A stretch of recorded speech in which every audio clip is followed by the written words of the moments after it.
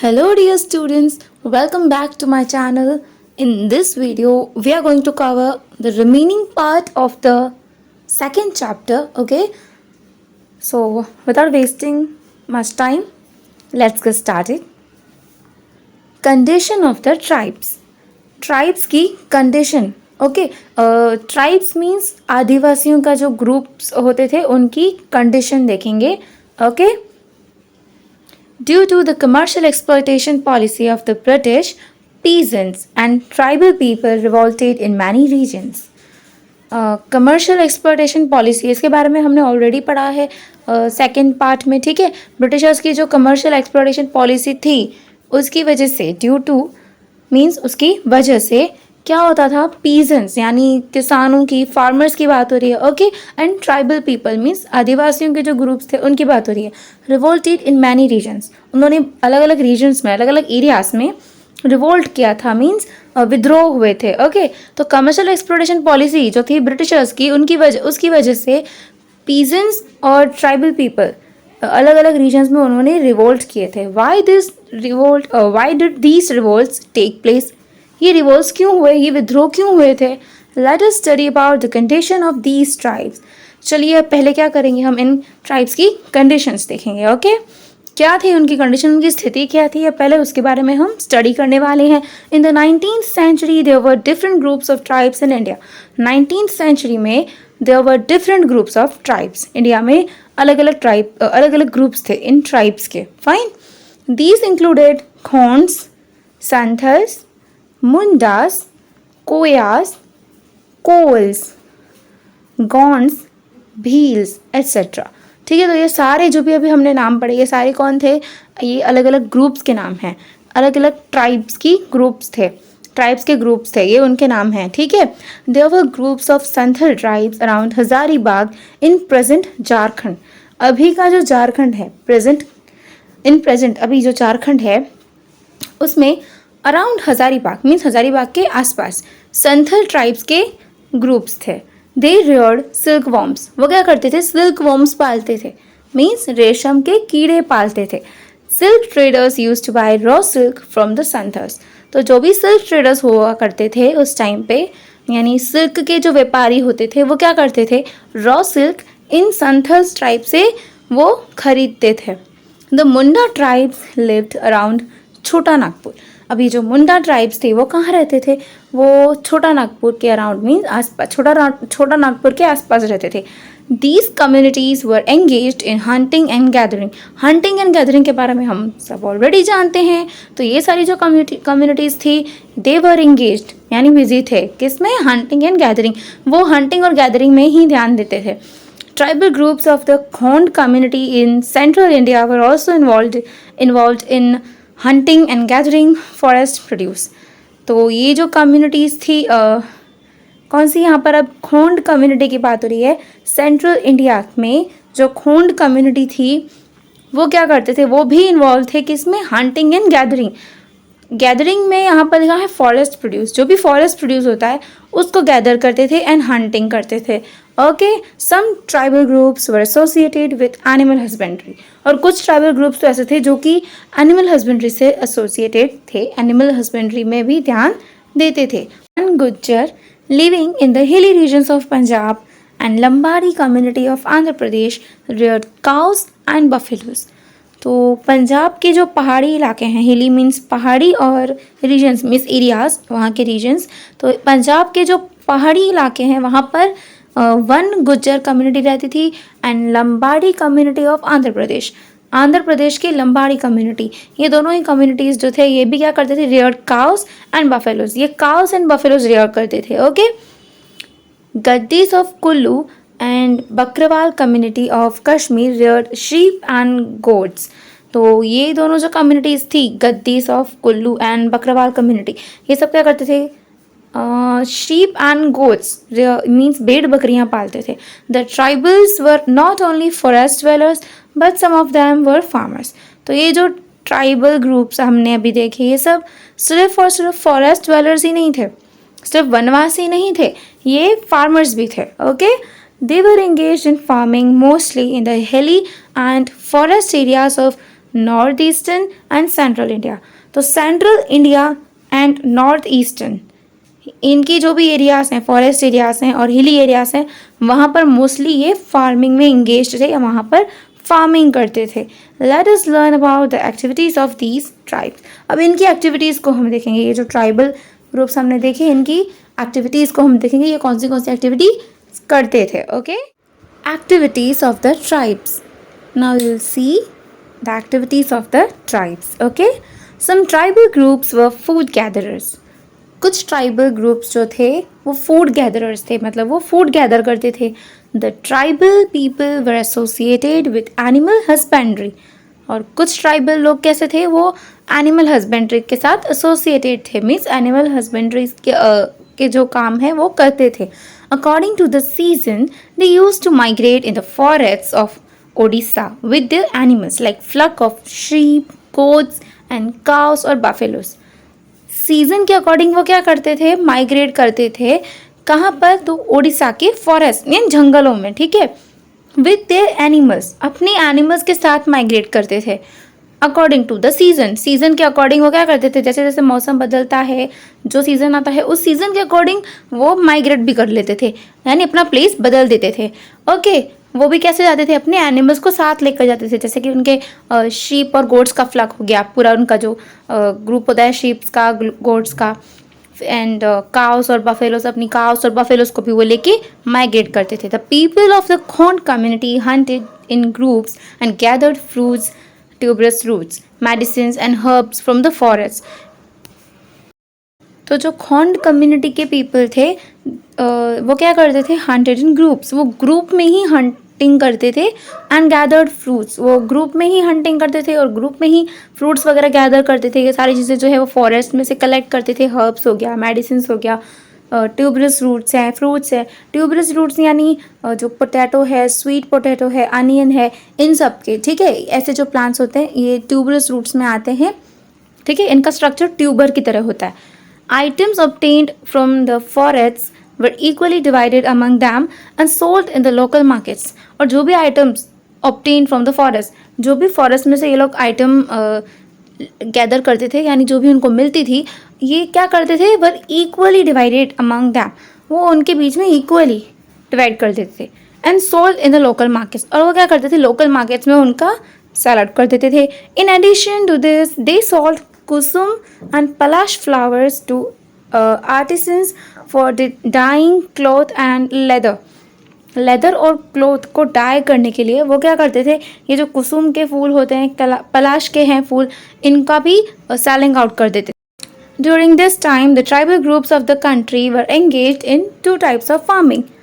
तो उस टाइम पे ट्राइबल ग्रुप्स जो थे कंट्री के, वो 2 टाइप की फार्मिंग में एंगेज्ड थे, मतलब 2 टाइप की फार्मिंग वो लोग करते थे, shifting agriculture and sustainable farming.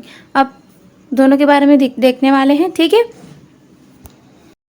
Some tribal groups cleared the land by cutting some trees in the forests and removing grass from the ground so that the sunlight may easily reach the ground.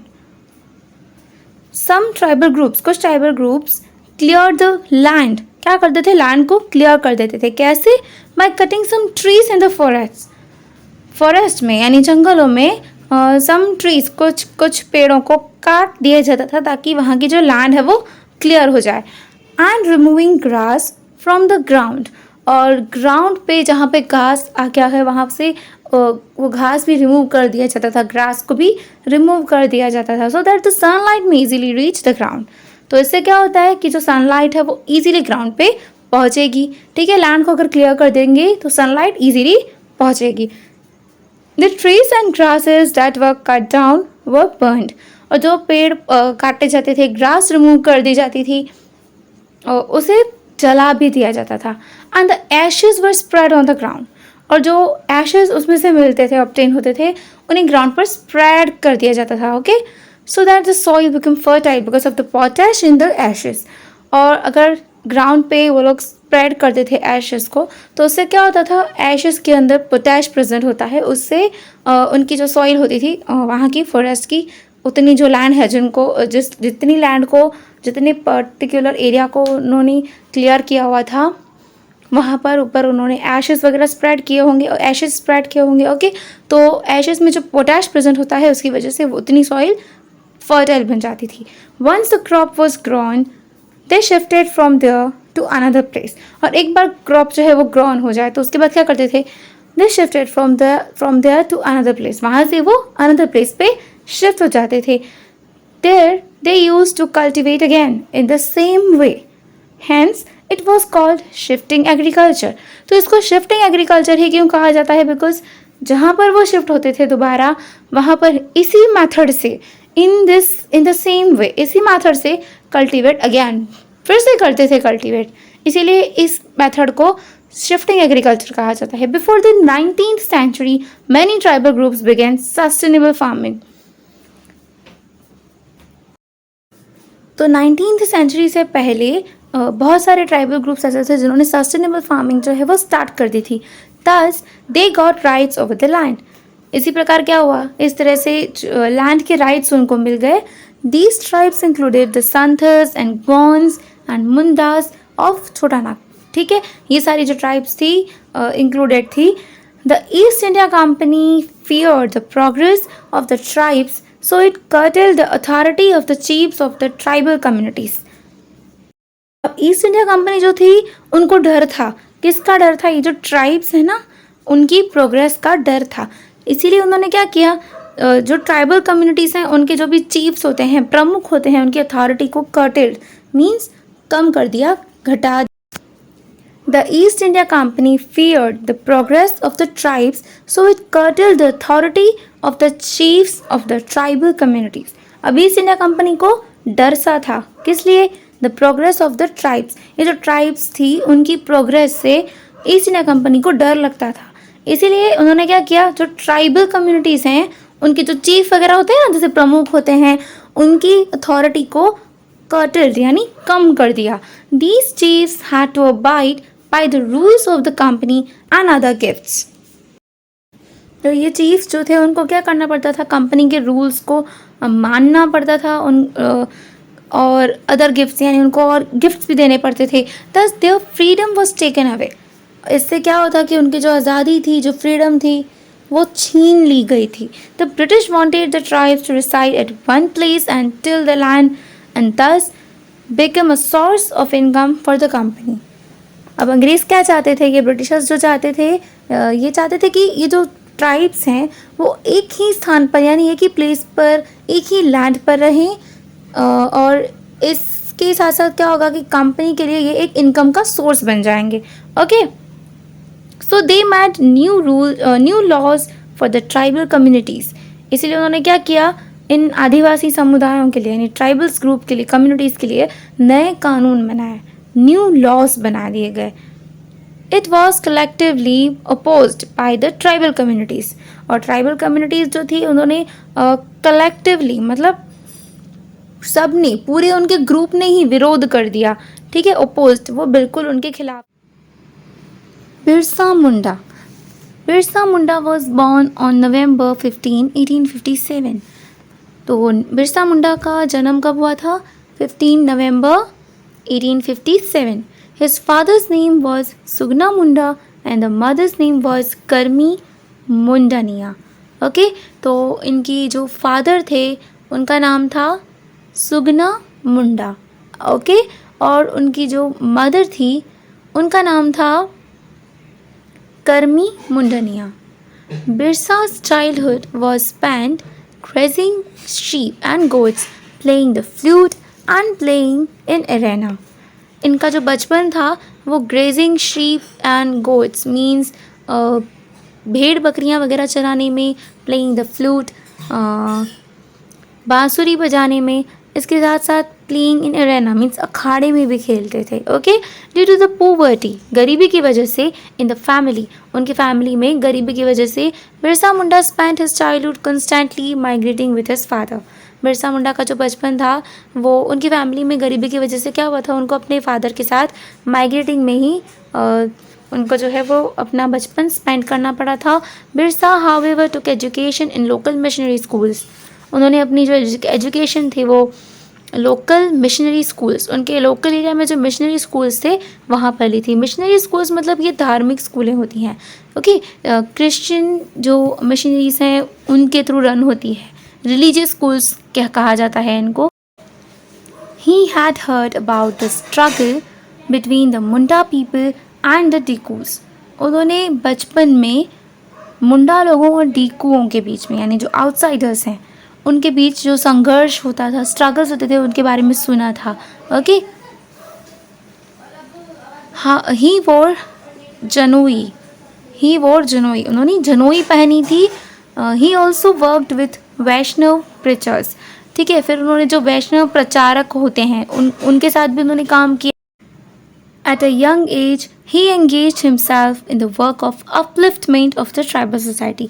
कम उम्र में ही उन्होंने खुद को engage कर दिया था tribal society means जो आदिवासी समाज था उसके अपलिफ्टमेंट में, मतलब इम्प्रूवमेंट में, उनको लिफ्ट अप कराने में, ठीक है, उन्होंने अपने आप को एंगेज ही कर दिया था। Ulgulan movement and Birsa Munda. The exploitation of the tribals by the pro British money lenders, jagirdars and landlords reached to its extreme. तो ब्रिटिश मनी लैंडर्स थे, जागीरदार्स, लैंडलॉर्ड्स, इन सब की वजह से जो ट्राइबल कम्युनिटीज़ का एक्सप्लॉयटेशन हो रहा था, रीच्ड टू इट्स एक्सट्रीम, चरम सीमा पे पहुंच चुका था, हद हो चुकी थी अब। It had a profound effect on Birsa Munda, और बिरसा मुंडा पे इसकी बहुत ज़्यादा इफेक्ट पड़ी थी। Birsa Munda led the mass movement of Ulgulan in 1895। तो 1895 में उन्होंने ये जो उलगुलन मूवमेंट है, मास मूवमेंट है, उसको लीड कर रहे थे। The movement had an impact on about 400 square miles in the Chota Nagpur region of south Bihar. South Bihar का जो छोटा नागपुर रीजन है उसके 400 स्क्वायर माइल्स पे इसकी इम्पैक्ट पड़ी थी इस मूवमेंट की। द मुंडास क्लेम्ड दैट छोटा नागपुर बिलोंग टू दैम, और मुंडास ने क्लेम किया कि छोटा नागपुर जो है वो उनका है, ठीक है। The company had taken away there traditional rights and made them forced labourers, और उन्होंने दावा किया था कि छोटा नागपुर जो है वो उनका है, बट कंपनी ने ज़बरदस्ती क्या किया है, उनसे छीन लिए हैं उनके अधिकार और उनको लेबर बनने पर मजबूर कर दिया है। In the mass movement, Birsa Munda called on the tribes to stop drinking alcohol and keep the house and village clean and not to believe in witchcraft. तो बिरसा मुंडा ने क्या किया, ये जो ट्राइब्स थी जिनको वो लीड कर रहे थे उनसे कहा कि आपको अल्कोहल का जो ड्रिंकिंग आप करते हो उसे स्टॉप करना है, अपने घरों को, विलेज को क्लीन रखना है, and not to believe in witchcraft means मेली विद्या में, जादू टोनी में बिलीव नहीं करना है। He urged the Mundas to live according to their glorious past and stay at one place and do cultivation. Urge means अनुरोध किया, उन्होंने अपनी जो सारे मुंडास का ग्रुप था, कम्युनिटी थी पूरी, उसको उनको अर्ज किया, अनुरोध किया उनसे कि आपको live according to their glorious past, उनका भी तो एक पास्ट है ना, ग्लोरियस पास्ट, उसके अकॉर्डिंग आपको रहना है, ठीक है। उसके अकॉर्डिंग उनको रहने के लिए कहा, and stay at one place, एक ही प्लेस पे रहने के लिए कहा कि एक ही जगह रहिए और कल्टिवेशन करिए, okay. Every word of Birsa Munda was very well followed by the Munda community. अब पूरी की पूरी मुंडा कम्युनिटी क्या करती थी, जो भी बिरसा मुंडा बोलते थे वो सब करती थी, ओके, मीन्स उनको अच्छे से वो फॉलो करती थी। The British were afraid of the Birsa movement. अब ब्रिटिशर्स को तो डर लगता था बिरसा मूवमेंट से, कि ब्रिटिश को ऐसा लगता था कि बिरसा राज यहाँ पर चल रहा है, बिरसा मुंडा राज यहाँ पर चल रहा है, तो उसके चलते कहीं ऐसा ना हो कि आगे चल के ब्रिटिशर्स पर वो भारी पड़ जाए, okay. The tribes wanted to establish Munda Raj under the leadership of Birsa Munda. अब यहाँ पर भी वही मेंशन्ड है कि ट्राइब्स जो थी वो क्या चाहती थी, मुंडा राज एस्टेब्लिश करना चाहती थी, okay, under the leadership of Birsa Munda. ये जो कम्युनिटी थी वो चाहती थी कि मुंडा राज ही एस्टेब्लिश हो, वो भी बिरसा मुंडा के अंडर होना चाहिए, मीन्स उनका लीडर बिरसा मुंडा जी ही होने चाहिए। When the agitation spread, the British falsely accused Birsa Munda on obstructing the administration and arrested him in 1895 AD. Now agitation ये क्या होता है, तो आंदोलन वगैरह जो भी होते थे उनको एजिटेशन बोलते हैं, फाइन। तो जब ये आंदोलन स्प्रेड मीन्स फैला, तब क्या हुआ, ब्रिटिशर्स ने क्या किया, फॉल्सली अक्यूज बिरसा मुंडा, उन्होंने बिरसा मुंडा पर क्या किया, एक गलत आरोप लगाया। किस चीज़ का आरोप लगाया गया, तो ऑब्स्ट्रक्टिंग द एडमिनिस्ट्रेशन, एडमिनिस्ट्रेशन को ऑब्स्ट्रक्ट करने का मीन्स प्रशासन में वही मत में बाधा डालने का झूठा नकली आरोप लगाया गया और उनको अरेस्ट भी किया गया। कब, 1895-80 में, ठीक है। तो जैसे ही एजिटेशन मीन्स आंदोलन, बिरसा मुंडा का यह आंदोलन जैसे जैसे फैलता जा रहा था, स्प्रेड होता जा रहा था, तो ब्रिटिश ने क्या किया, बिरसा मुंडा जी पर नकली आरोप लगाया एडमिनिस्ट्रेशन को ऑब्स्ट्रक्ट करने का, यानी प्रशासन में बाधा डालने का, और उन्हें अरेस्ट भी किया गया इन 1895-80। 2 years later, Birsa Munda was released from prison in 1897-80 and rejoined the public awareness movement. अब 2 साल बाद बिरसा मुंडा जी जो थे वो रिलीज्ड फ्रॉम प्रिजन, जेल से आज़ाद हो गए 1897 में, ठीक है। 1895 में वो अरेस्ट किए गए थे और 1897 में वो प्रिजन से रिलीज मीन्स छूट गए, वो जेल से छूट गए, okay. And rejoin the public awareness movement, और उसके बाद जैसा ही वो छूटे उन्होंने पब्लिक अवेयरनेस मूवमेंट में रीजॉइन मीन्स ज्वाइन कर लिया, रीजॉइन कर लिया। He strengthen the white flagged Birsa Raj and movement against Dikus and the Europeans. तो उन्होंने white flagged Birsa Raj means सफ़ेद झंडे वाले बिरसा राज, फिर डिकल्स हैं एंड देन यूरोपियंस, इन सब के खिलाफ जो आंदोलन वो कर रहे थे, जो मूवमेंट वो चला रहे थे, उसको और भी स्ट्रेंथेंड मीन्स और मजबूत कर दिया। Birsa Munda died in 1980। तो 1980 में क्या हुआ, बिरसा मुंडा की डेथ हो गई। The Birsa Munda movement slowed down and the British found a favourable time to expand their empire. तो इसी के साथ क्या हुआ कि बिरसा मुंडा मूवमेंट जो था वो दैट स्लोड डाउन, ठीक है, वो स्लो होता गया और ब्रिटिश को थोड़ा टाइम मिल गया, अच्छा खासा टाइम मिल गया ऐसे तो अपना एम्पायर एक्सपांड करने के लिए, ओके।